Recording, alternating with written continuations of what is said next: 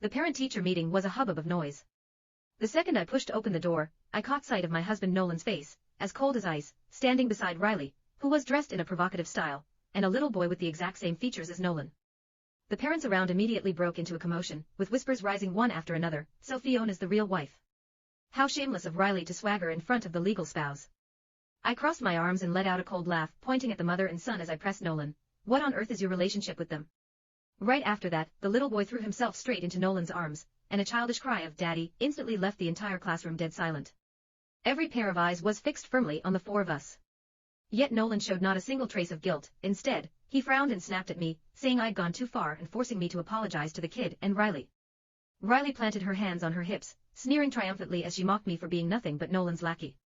She even boasted loudly, "Nolan's the richest man in Los Angeles. You don't even have the right to stand on equal ground with me."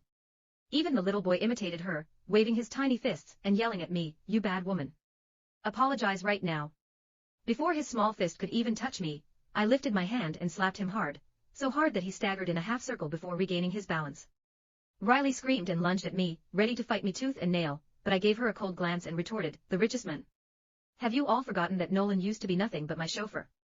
On that rainy night of the car crash, he'd risked his life to save me, wearing his chauffeur's uniform.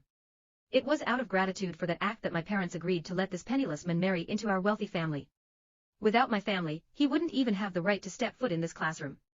Nolan's face turned deathly pale in an instant, but he still tried to tough it out, impatiently pressing me to apologize. I lifted my foot and kicked him to the ground, then pulled out my phone and dialed a number right in front of everyone, my voice clear and authoritative, "Dad. I want a divorce. Revoke all of Nolan's positions immediately and freeze every credit card under his name."